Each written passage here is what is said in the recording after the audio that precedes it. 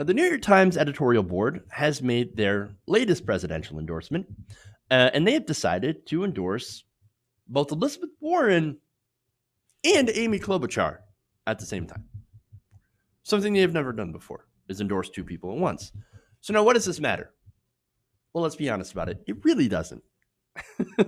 At least since 2003 on, the candidate that has been endorsed by the New York Times has never gone on to actually win an election. A lot of them losing in the primary. For example, John Kerry in 2004, Hillary Clinton in 2008, Hillary Clinton again in 2016. So it doesn't really matter. But I'm going to talk about it anyway because I think it's interesting. Now, the notable thing is the dual endorsement. So they explained that the 15 members of the editorial board spent more than a dozen hours meeting with the 9 candidates and doing interviews. And I thought that was interesting. By the way, related, Bernie Sanders immediately written off because the first thing he told them is, I don't really do well with BS. Fun. And of course, has told off the New York Times. So, look, not that he was ever really in the running to begin with.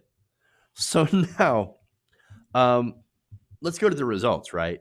According to the New York Times editorial board, they found that Amy Klobuchar and Elizabeth Warren are Democrats' top choices for president. In 2020, both the radical and realist models warrant serious consideration. So now they talk about and they break down their choice for Warren. So now they argued that Ms. Warren has emerged as the strongest choice from the left wing of the Democratic Party, praising her, quote, serious approach to policy making, her skill in explaining her ideas, her commitment to overhauling the structures of government, and her experience leveraging the tools of the executive branch. Strongest choice, Elizabeth Warren. Bernie Sanders is currently in first nationally, just overtook Joe Biden, right? Elizabeth Warren has dropped to fourth nationally. So, okay. Now, here's the thing, right? Now, endorsing Elizabeth Warren, I think, obscures their real choice. So, let me explain, right? Now, in their article, they point out, after some praise of Elizabeth Warren, and to be fair, they do this with all the candidates, they point out things that are maybe positive aspects, and then they go to what could hurt them. So, Elizabeth Warren, they said the board worries that her path to the nomination is challenging. Well, that's certainly true. They question her political instincts and suggest that the company needs a, quote, more unifying path than her message, blaming American business for a wide array of societal problems. Translation, do not touch the corporations. How dare you, Elizabeth Warren, go after our precious corporations. Now, that kind of segues into what they talked about with Amy Klobuchar. So now, they said of the more moderate candidates in the race, the board singles out Ms. Klobuchar, saying the best chance to enact many progressive plans could be under a Klobuchar administration.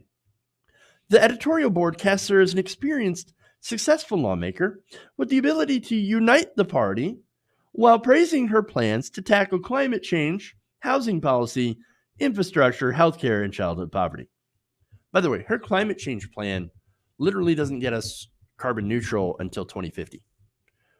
When scientists say it is way too late to keep us in the 1.5 to 2 degrees Celsius range, that will curb the most, or I should say, the worst effects of climate change.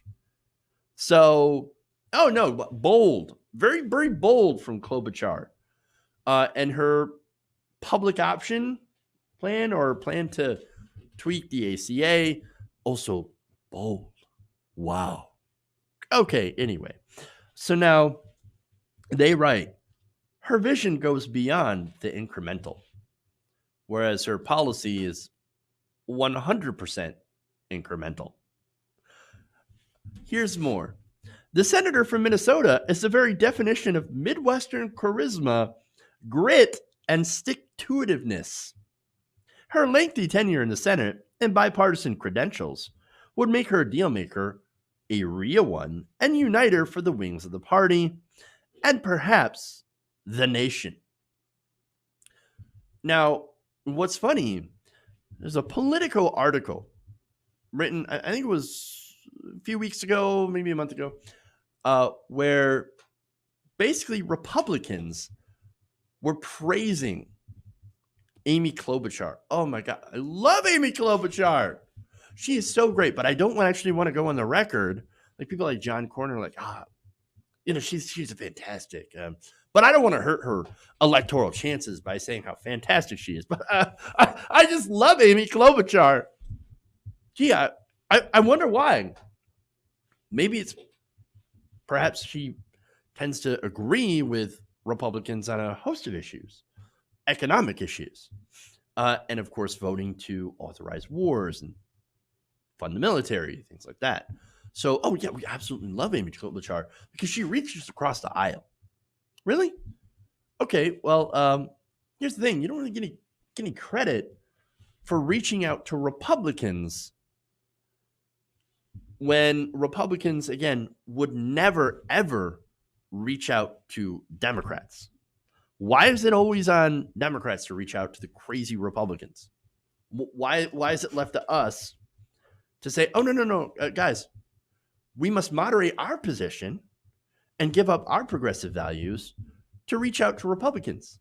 Why? No, the whole thing is, and this is their play, right? Civility and reaching out to Republicans to do conservative policy, conservative light, right? Well, that's exactly why the regular Americans are not into Amy Klobuchar.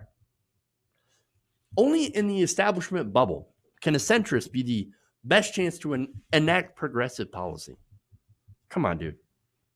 The very mild criticism they levy at her, of course, is her messaging. Oh, she doesn't have a very clear message. Maybe she needs to come out and say centrism for all, centrism rocks, and then we absolutely love her.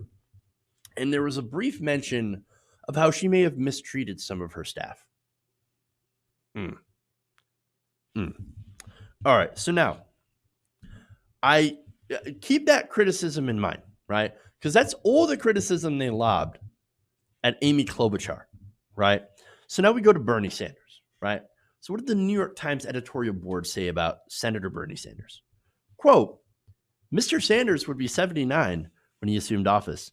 And after an October heart attack, his health is a serious concern, which right now, of course, Bernie Sanders is super healthy. Then there's how Mr. Sanders approaches politics. He boasts that compromise is anathema to him. Not true. Only his prescriptions can be the right ones, even though most are overly rigid, untested, and divisive. He promises that once in office, a groundswell of support will emerge to push through his agenda. 3 years into the Trump administration, we see little advantage to exchanging one over-promising divisive figure in Washington for another. So right there, directly comparing Bernie Sanders to Donald Trump. So, okay. Now let's go to substantive critiques here and push back. They say, well, he's got an untested divisive agenda. Healthcare for every single American. Now, Democrats, 83% of Democrats like the idea of single payer, right? So you also have over 50% of all Americans agreeing that we should have a government-funded healthcare system. Now, of course, you get different results when you ask different questions, right? But when somebody points out what Bernie Sanders is trying to do and points out the fact that, yes, your insurance, you will not have private insurance, but you actually have a better insurance, the Cadillac plan, where as even some of Medicare for All's detractors point out how great of a plan it is, which is the equivalent of right now the Cadillac plan, where every American would have access to that and be able to have that, regardless of their socioeconomic status or their job status. Automatically, you have healthcare, and it's better than what most Americans have already. And it would save you money. That gets left out of the conversation. They just say, well, it will cause tax increases. But those tax increases will be less than what you pay right now in deductibles, co-pays, and other out-of-pocket expenses. Not to mention not having a doctor that's do surprise billing on you for being out of network. So they never mention any of that when it comes to the questioning. And even with that, over half of all Americans want a single payer healthcare system that is a government run insurance option. Or not an option, sorry, government run insurance. And yet, of course, all these people are like, no. That's how divisive is that? No. We want people to be able to keep private insurance so that private insurance continues to make money. Okay, anyway. So now, oh, yeah, by the way, also mention single payer is somehow untested, despite the fact that is literally the standard over all the developed world. From Canada to the UK to Denmark to Norway, we are the outlier. The United States is. Our system is not the standard in the world.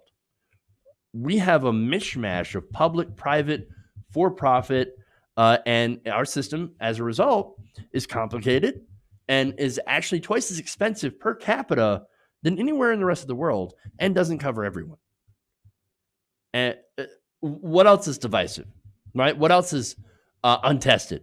Oh, right, free public university. Actually, America used to do that. We used to do that, and it's what a lot of countries in Europe still do. So, what's untested about this? Seriously, not only that, but boasting about compromise as that compromise is anathema to Bernie Sanders. This is another lie. Bernie Sanders, for example, just worked with Republican Matt Gaetz to limit Donald Trump's power to go to war with Iran. Matt Gaetz, not exactly a progressive, right? He has shown an ability to work with members across the aisle on things that matter. For example, and the most famous example is working with John McCain on veterans issues. So you got to be kidding me, New York Times. The only things that Bernie Sanders does not vote in favor of are more wars, more tax cuts for the rich, corporations, gutting worker protections, gutting reproductive rights, etc. Bernie Sanders takes a strong, firm stance against bad things and is in favor of good things. I know. He's been on the right side of just about every policy fight over the last 40 years, especially in regards to protecting women's reproductive rights or helping the LGBTQ community. On and on, right? So the New York Times, again, they make this ridiculous comparison between Donald Trump and Bernie Sanders because they hate the idea of a Bernie Sanders administration actually trying to enact ideas from the left. They don't want that, which is why I think they just wanted to endorse Amy Klobuchar. And it's part of a pattern of the media constantly trying to make Amy Klobuchar a thing. Now, she is barely registering in the polls. But the media, they can't help themselves. Oh, Amy Klobuchar. Anytime she's going to get Klobumentum, and then she's going to overtake everybody because America wants a centrist. Bernie Sanders is literally in the top spot. Bernie Sanders is the progressive change candidate. And look, it looks like, sorry, New York Times, but the moderate centrists already had their candidate in Joe Biden, who is at number 2. So there's no room for an Amy Klobuchar. Sorry. And again, they want to make her a thing, puff piece after puff piece. Bill Maher going and talking about, oh man, Klobumentum, right? Why Amy Klobuchar? Totally a thing. No, not a thing. She's not catching on. So I think the New York Times said, well, let's do Amy Klobuchar, throw her in here, because that's who we really want, especially now that Kamala Harris has dropped out, which I think might have been their first choice, and decided, well, you know, okay, let's throw Elizabeth Warren in there as well, so that we, I don't know. So maybe we're not so embarrassed when Amy Klobuchar drops off after Iowa and New Hampshire. Yes, I just made a prediction. We'll see how it goes, right?